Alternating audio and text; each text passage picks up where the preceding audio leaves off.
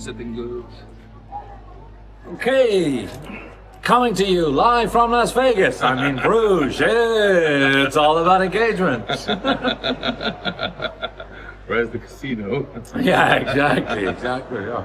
So, Gunther, we're here in the most spectacular part of Bruges. This is, forgive my Flemish, the Pralinette chocolate shop. Probably the best, is the best chocolate shop in Bruges. You know the Belgians are famous for chocolate. This is probably, if not the best, homemade, handcrafted, made on site chocolate shop in Bruges. If you're in Bruges, you gotta come here, you gotta see it. It's absolutely incredible. And absolutely beautiful. It's a work of art, it's not chocolate.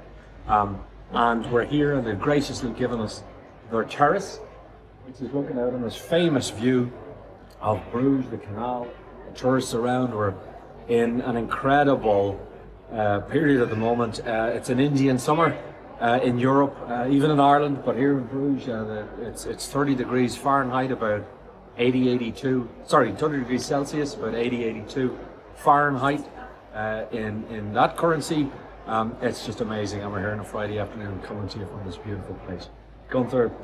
Yeah. So chocolates are incredible. I mentioned Indian summer there. Yeah. Do you know where that originated from?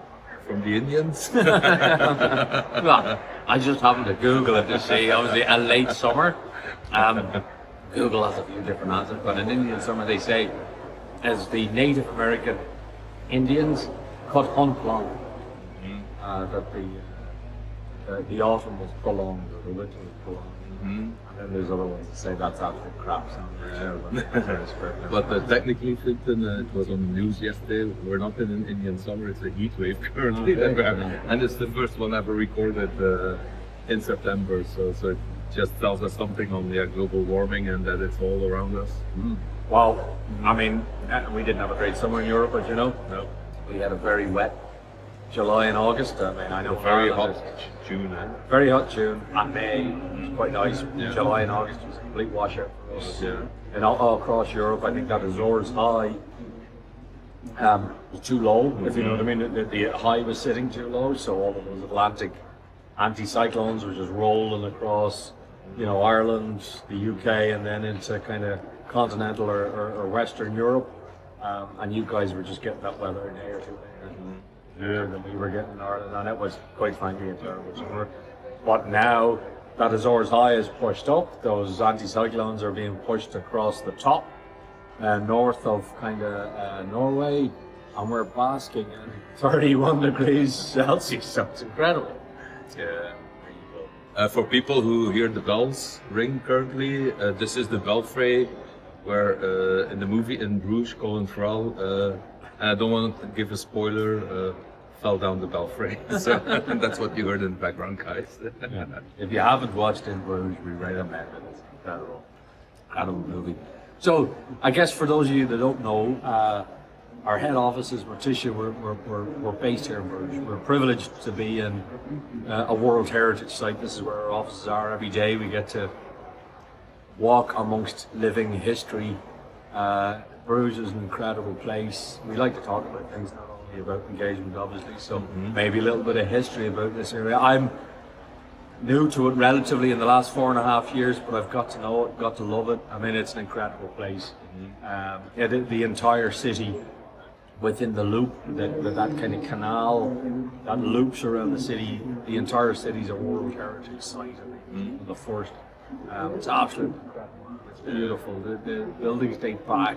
You see it everywhere, 1630, 1610, and people are actively doing business and living in them and conducting commerce in them. It's a pretty special place. Some people call Bruges the Venice of the North, but those people are quite wrong. Actually, Venice is called the Bruges of the South, but not many people know this already, so I just want to use this forum to share that incorrect branding of Bruges as the Venice of the North. It's no, it's a beautiful place. If you haven't been here, Please come. You're I can welcome. only recommend it. It is it's a beautiful place. The people are lovely. It's not overly expensive. It's easy to get to. You know, it's just a beautiful place. Fantastic rail network out of Brussels and so on. And if We're you not want- on commission, by the way, from the Bruges tour. No. And if you come over and you want some directions, please reach out to Finton because he knows Bruges in the meantime better than most of our colleagues at the office. So he's actually already half or at least a full Brugian. So Yeah, I think I've stayed in every hotel in Bruges at this stage. But, no, it's a great place, lovely place. But yeah, sitting here by the banks of the canal on a beautiful, balmy Friday afternoon, there's no place better to be, enjoying handmade milk and chocolates and a glass of water. So Gunther, kind of, wanted to chat to you a little bit about, we've launched our next generation EX product, so our employee experience product, and we talk a lot about EX equals CX, or EX determines CX. So how you treat your employees will determine how your customers are treated, right? So it's all interlinked. Maybe talk a little bit about our new EX product that we're making available. Well, it's first of all indeed the experience that employees have towards their company that needs to resonate, and we try to strengthen that feel by sharing corporate values through the EX product, but also where people can exchange their experiences amongst each other and recognize each other of the great work they've done to achieve the company goals in line with the corporate values. So what we've tried to achieve for our customers is a product that makes it easy and simple for those companies to set up that environment, and secondly to deliver a user experience that's really top notch with, and that's the cherry on the cake or the chocolate on the plate, where you have people then redeeming for really nice rewards through the same system in a very seamless manner, so that the end-to-end experience is strengthened, but it lifts the corporate, let's say the corporate experience and what corporates try to achieve from a business perspective. Yeah. Because if people go, then it costs you money to replace them. It takes time to get them integrated into the culture. It takes time to train them again. So you lose as a company if you don't invest in your employees. And our EX product and others in the market are there as well, have that goal to make this happen, from a company's perspective. Yeah, I totally agree. Like, I think for me, kind of the start of it is probably around the values of the company. The values in our organization are, things like respect and determination, curiosity, passion, and so on. And celebration. don't Celebration, forget. of course, there's got to be celebration. You've got to celebrate and mark those successful moments. Otherwise, it's Pointless. pointless, right? The same in life. And life, your working life is part of it, right? I don't see that there's a distinction in my book. It's you spend so much time of your life working, it's got to be intrinsic, it's got to be part of it. It can't be Agreed, separated out. So, bearing in mind that's the case, generally people will, work for or buy from organizations that the values resonate with them, right? So whatever your values are, and let's say one of your personal values are sustainability, for argument's sake, you will probably buy from and try to work with an organization that respects sustainability. Right? You maybe won't be into fast fashion. You won't buy off a company that, promotes disposable clothes, for argument's sake, and that's just something people. So to me, that's kind of core to the product as well, right? So if I want to work for an organization, if I want to be engaged with that organization, and again, we talk about the engagement is, a shared emotional connection to a common goal, whatever that common goal is. So that's where the product comes in to me. When you begin to bring the values of that organization to the fore, through methods such as an EX product, a recognition and engagement product. It's only part of the story. People begin to live those values, you begin to drive culture, and you stay with that company because it resonates with you. I like the culture, I like the values, this is me, this is part of my life. And that's where the value is brought out. Like, Just out of curiosity, one of our values is, let's say, determination. And you said, yeah, you look for that value within your own ecosystem as a person. Which companies are you then loyal to or are engaging with that have that value, for instance, of determination? Does a company pop into your mind where you feel that resonation? yeah, I'm trying to think. Yeah, I mean, I do like companies who fight. I like companies who change. I'm trying to think of one of the companies that makes I do a bit of hiking and a bit of sailing and stuff like that. One of the companies that is not North Face, but the other one, Patagonia. So Patagonia, one of their great values was around giving back. Okay, maybe not determination, but there's an element of it in there. And they effectively turned the company, as I understand, back into trust. And that every profitable dollar, so they wanted to treat their people well. They wanted to respect those values. They wanted to make sure people had nice lives and good balance, were treated well, all of that kind of stuff. Enjoyed their work, lived their best life, across, their entire lives, if you know what I mean. And then any profits that were made were put into regenerative culture, sustainability, and the climate change. Yeah. So that is a real value that would resonate. Yeah. And irrespective of. So it would lower the bar for you to then work for that company if there would be a position where you feel you could add value to the business. So that would be a lower hurdle for you to then engage with that company from an employee perspective. So, Right. yeah. And what does that say about me if I work for Patagonia? So if I'm talking to you and I meet you, you go, Finn, where do you work? What do you do? And by the way, I have no shares in Patagonia. This is just came to mind. They just went up 5%. Yeah, exactly. But like, if I what is Finn doing for Patagonia? Oh, well, doesn't that then talk about potentially about your persona, about the values that you live? Doesn't it talk a little bit about Big you? time. Yeah, big time.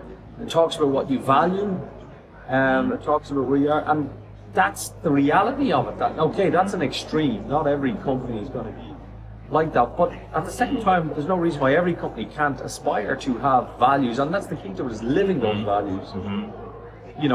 On a daily basis, and recognizing the behavior of your people and your teams when they live those values to build that culture, because that's what it is. It's the culture of that organization. And on top of that, when we talk about EX equals CX or determine CX, well, therefore I want to buy Patagonia products. Not only do I want to work for them, I want to buy their products. And that, I think, is so powerful. It is. It's incredible. Yeah. Well, look at us. We just did talk about Patagonia a couple of minutes ago, and you feel connected with that brand. It makes you feel good. Makes you feel talk about it. What we do, and other companies as well, again, is create a technology layer underneath that feel we want to make tangible within an organization and get people really engaged and committed to live those values and spread those values and recognize each other in doing so. And that's I think that's the powerful thing that we want to achieve. And the thing is, it's measurable. You see, hey, how would you explain to our listeners or viewers how we measure that effect for our customers? How would that look like? Yeah, I mean, like traditionally, these were kind of soft gains. They were squashy, soft gains. That's something I'll do. It's an initiative I want to put together for my employees. But that's changed dramatically over the last 5 years. There are, now there's proof. There's hard analytical results. There's hard data that shows there are concrete business results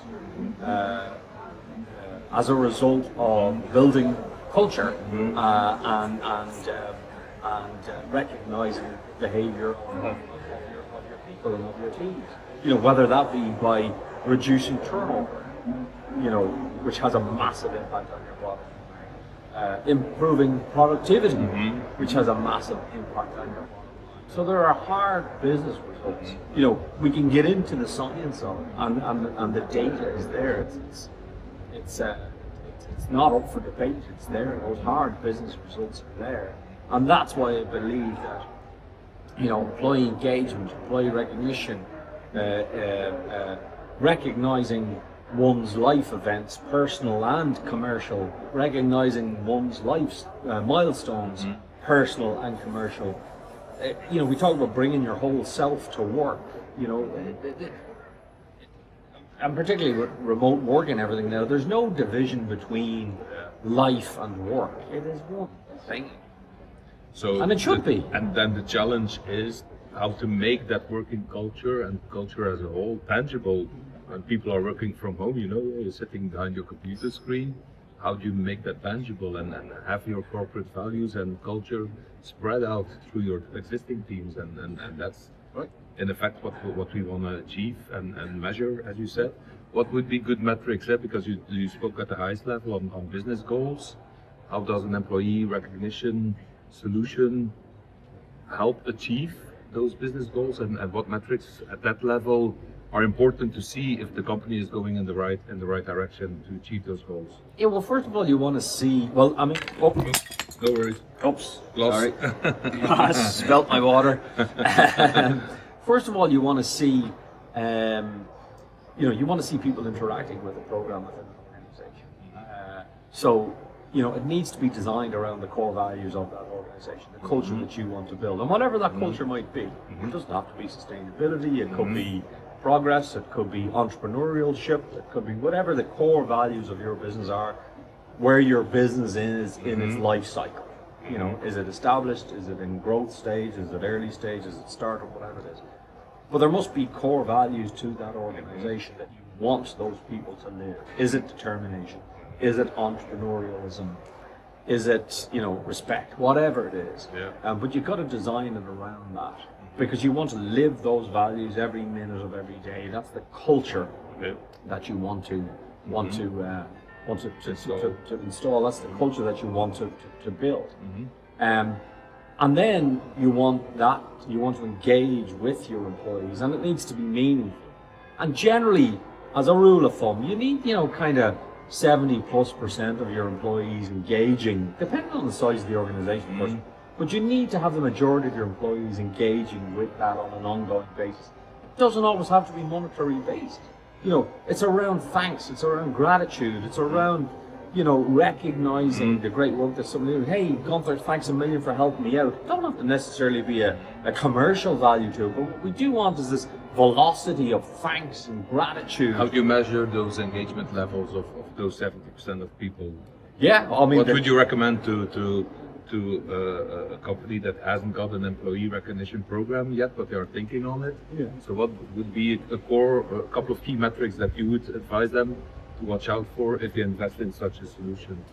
Yeah, well, I mean, I think the key is, again, designing it around the values of the organization, getting buy-in from your company, getting top-level buy-in as well. This isn't a tick-box affair. This has got to be intrinsic.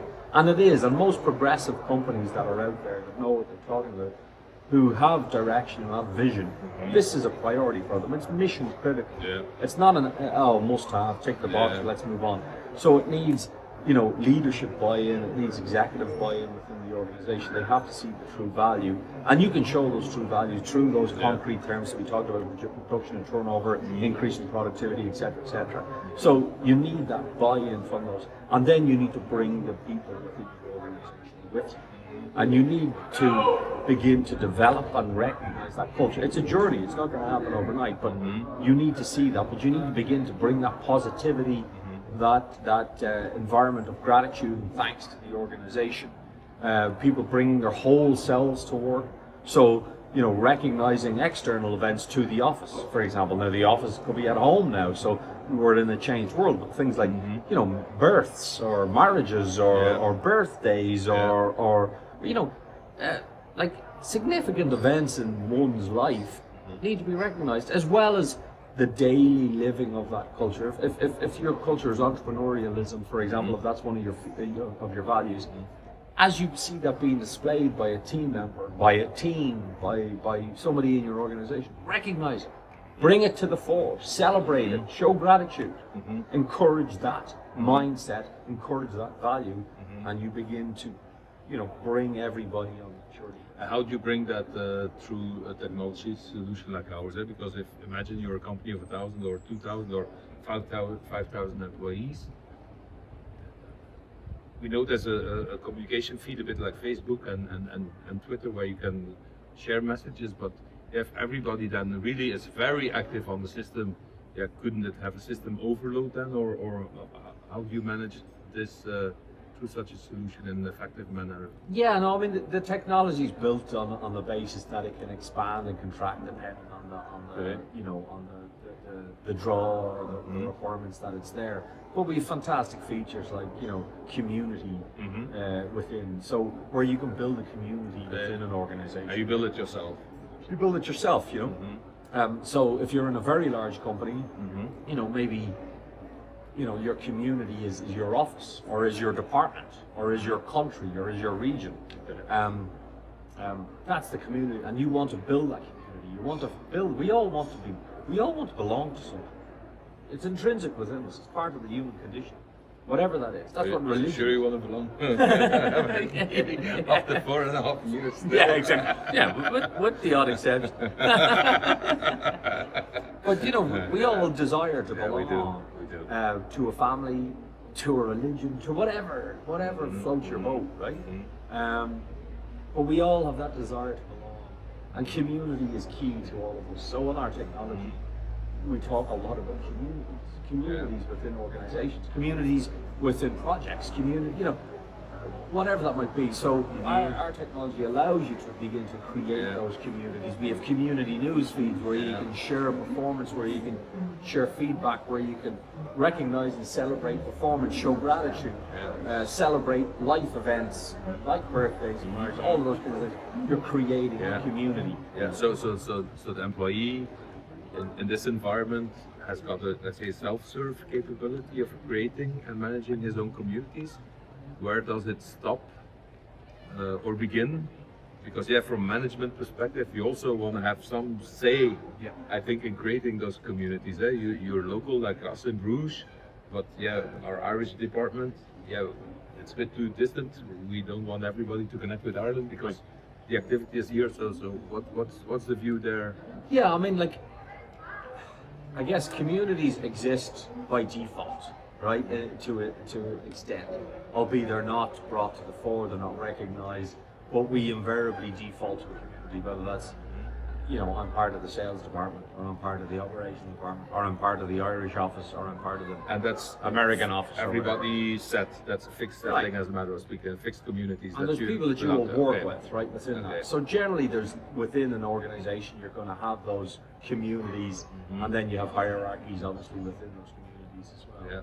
Yeah. So what we do with the technology is we'll take that natural footprint as it is, and systemize those communities to connect all of those people from a communication point of view, from a surveying, learning, recognition point of view, all of that stuff. But what we do, which is really powerful then, is give you the opportunity to edit and create that community yourself.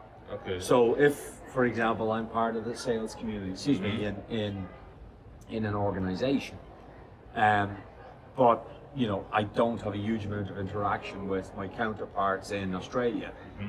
Well, the value in terms of that contact is probably lessened, right? Both ways. So, I have the ability to go in and say, well, I really work with the UK office rather than the Australian office. I'm going into that community. But you know what? I also have a lot of interaction with the purchasing office in Singapore or New York. So I'm going to go in and add those people that I deal with on a daily or weekly basis, because I want to see how they're doing. I want to see how they're performing. I want to recognize the great work that they're doing. I want to celebrate in their events. I want to celebrate when they're being recognized by their team or by their managers or by their peers. I want to recognize when it's their birthday or they've had some significant event personally or commercially, they've been promoted. I want to be part of that celebration. That's my community. That's my tribe. Right? We all belong to a tribe, and that's my tribe. Is there a risk for a company who's willing to invest in such an environment that people will use it for other means? like it's a second social network thing, or what's the vision there or the experience there? I want to share. Not in my experience, no. I mean, there's a social element to it, and that's what we want. You know, we want that social interaction amongst those communities. We want idea sharing. We want celebration. We want gratitude. We want recognition. We want all of those great things, and we want people to interact and communicate on that basis. We want people to thank each other. You know, back to these thank you moments. We want people to do that. We want people to show gratitude, whether there's a value to it or not, because it's the velocity of that as that wheel begins to spin, the velocity takes over. That's what's really impacting our culture. But in my experience, that's an entirely positive thing. Okay. I heard you say one of the key success factors is also that you need to have buy-in from the management. I assume HR department for sure, but also other departments, other stakeholders can be involved. So that's a key success factor. If you would have somebody who's open to invest in such a solution, what would be one or two other key success factors that you say they need to be there, because otherwise there's no point of investing in such a solution? Yeah, so buy-in is a big thing, right? And you know, and HR people will understand what I'm saying. You know, HR was kind of an also-ran, you know, in years gone by. It is absolutely not anymore. Any and every progressive CEO understands your biggest asset is your people. That's where the value in your organization is. That's where the value in your product development is, your sales. It's your people. Yep. Your organization is your people. It's not your product. So HR has been elevated over the past 10 or so years to be mission critical to any progressive organization. And the value of a HR executive on the leadership team is now hugely elevated to where it was in years gone by. So any progressive CEO will need to give those people and empower those HR executives to set up a program like this. But they need to give them budget. They need to commit to that. So you need buy-in, but you need budget. And we would say, as a rule of thumb, right?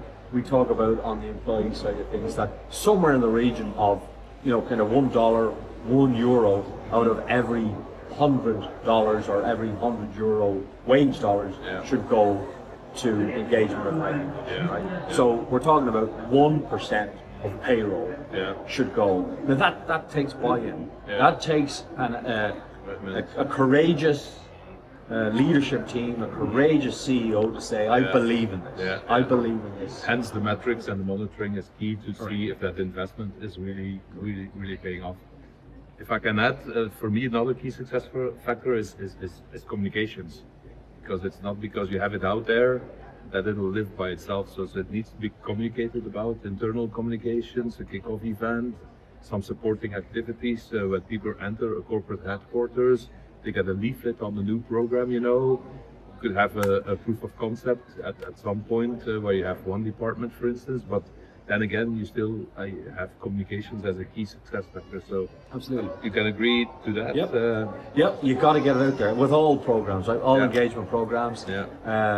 Communication, marketing communication, Marcom is critical to the whole thing. You got to get it out there. You got to let people know. You got to invite them. You got to make them feel welcome. You got to make them feel like they can be themselves. You know, take their whole selves to work, and you've got to get that message out. Can you share one? I think I know what you're gonna say, but I'm gonna ask the question anyway. It might be something different you're gonna answer. Means you're not that predictable. You say not predictable or something. But could you give an example of a program where we knew that let's say the activation at the start wasn't that well, but that an initiative was taken to boost the levels of engagement at the launch of the program?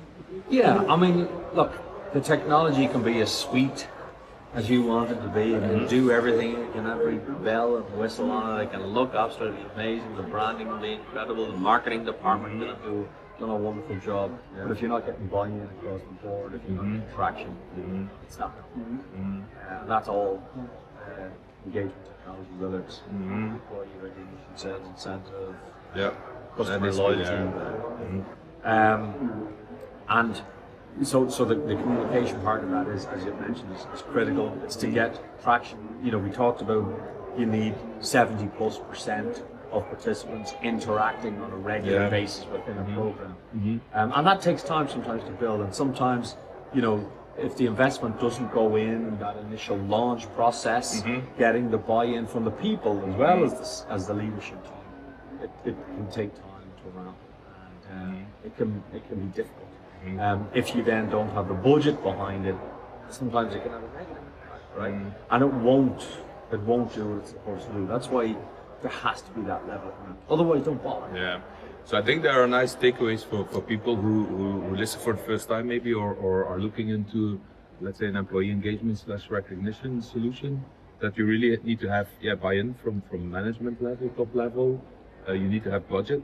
That's what you shared as well. And then finally it needs to be launched and communicated well as from the start, but also on a continuously basis. And if one of those three or two of the three aren't there, then there's no point in starting. And it's also the advice I think we give our customers. And that's key, you know, it's part of what we do. Customer success is a huge thing for us, right? So it's once you have it up and running, you're getting that buy-in, you're getting those traction, people are beginning to interact. It's not all about money necessarily, in that, you know, you want those thank you moments, you want that velocity to build of gratitude in your organization. But then taking the data on the back end and bringing that back to your leadership team and saying, you know, here's what we see, here's the results, excuse me, tying that to turnover rates within your employees, performance levels, really making that a tangible